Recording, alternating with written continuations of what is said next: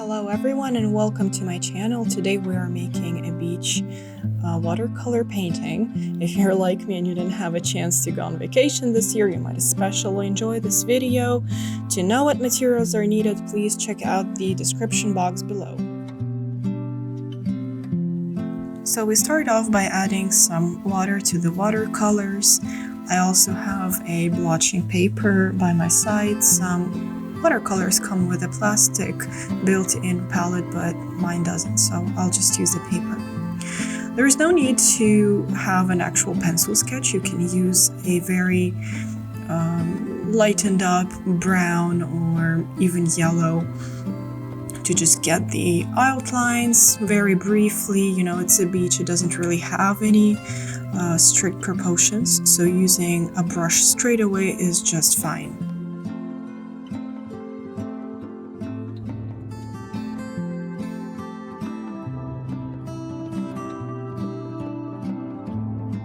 Now we begin our work with color. I am tracing the clouds very briefly, filling the whole paper with, just basic color, no shading so far. This is something we will do after. So right now just kind of concentrate on getting the shapes a little better.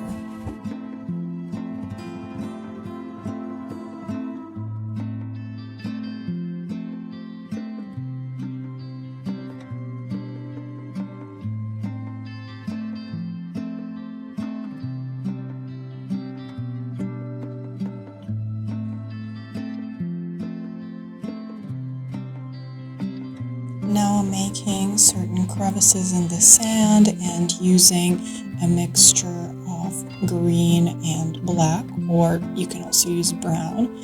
I'm making the little shrubs that grow on the beach. They will of course grow in size. We are just marking their placement. We're just continuing our second step, which is filling everything with color, leaving the clouds white because they will be a lot lighter than the rest of the sky. Then we're going to fill with color the sea and the sand as well, but it's going to also stay a lot lighter than the rest of the painting.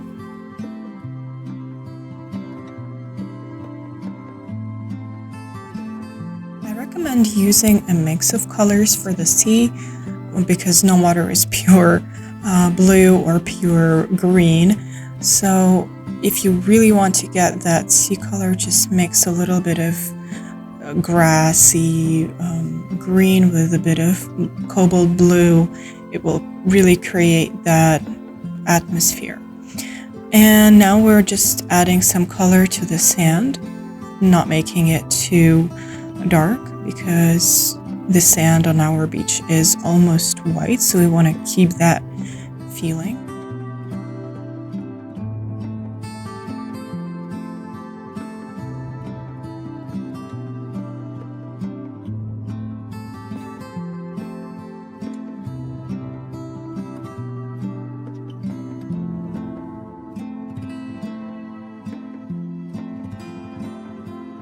The entire painting process, no matter what the material is pretty much just going back and forth between the rocks, the sea, the sand, and the sky until you're pretty much happy with what you have and just stop painting. Well, right now we're just reached the third step, which is shading or adding shadows to our painting, like all over it again. There is a technique where you can just start from one spot and finish that and then move on to other places in the painting, but this way you really cannot see what is going on the entire thing. It's like building a house starting from a window. Doesn't really make sense.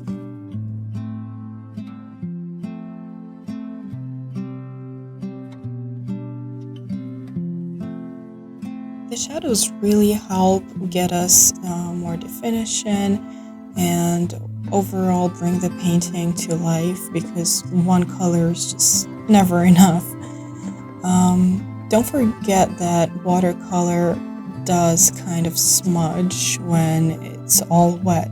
And that's actually the beauty of it. So don't be afraid if your, spots just kind of bleed a little bit. It adds, honestly, to the painting.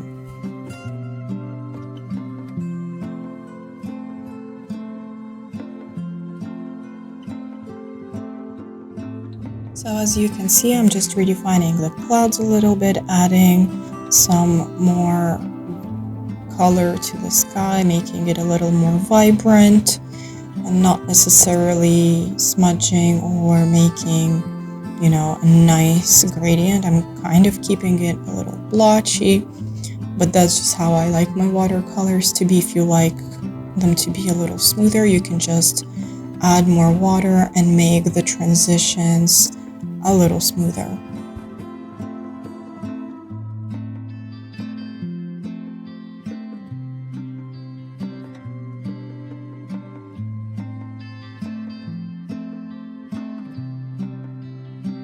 When I'm done mixing yellow and grassy green, I resketch and kind of reposition the shrubs where they really need to be.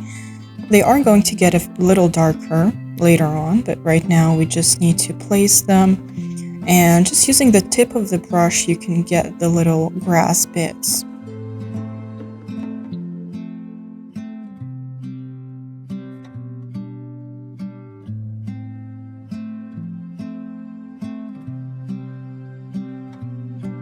The sky tends to be a little lighter towards the horizon, so this is what we're doing, just making a little gradient, and then starting with even more shadows on the rock part, cleaning the shape a bit, and moving on to the rock behind it. We're just really working on the details at the moment. We're pretty much done with the main idea, so now we need to make the place look believable, as if we were actually there when we painted it.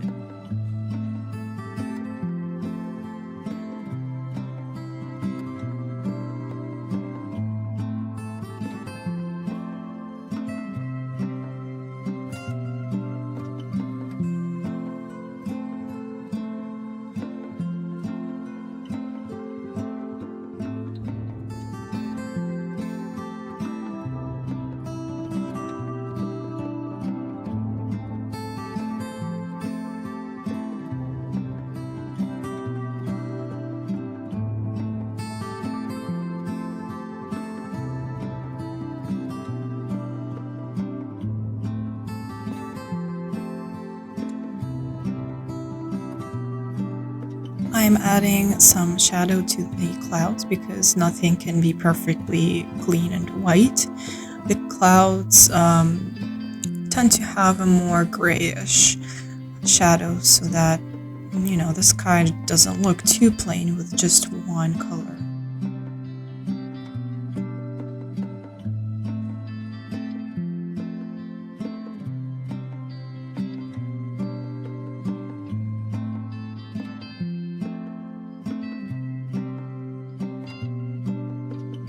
From now on, the process can be described as adding definition and adding details.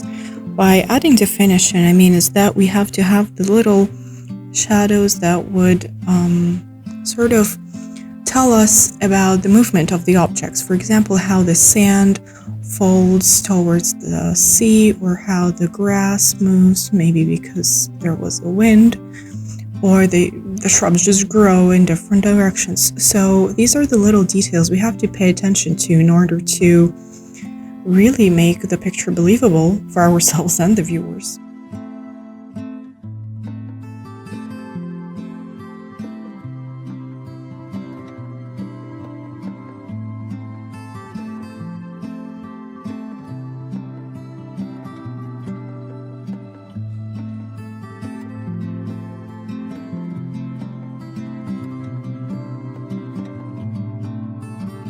Now with a little brush, we are going to define the little grass bits of the shrubs.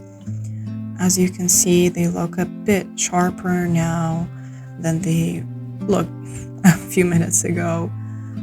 it's just, you know, it's all about the details at this point.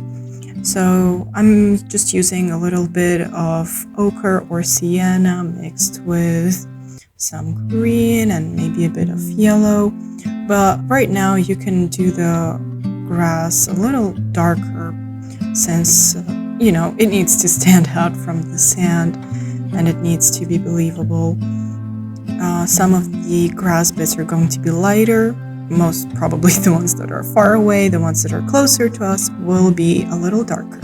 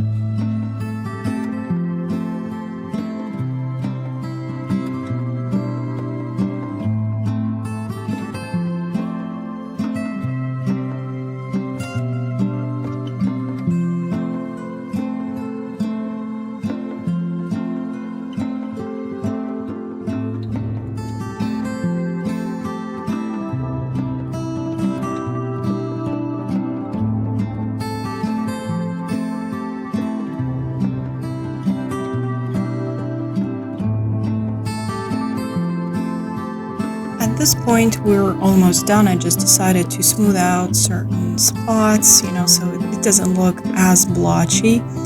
And I'm just using pure water, nothing else, sort of going over the parts that need to have a smoother finish.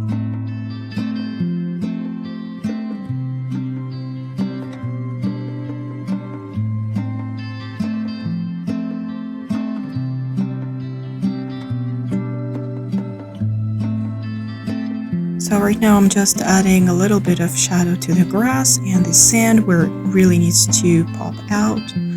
And that's it.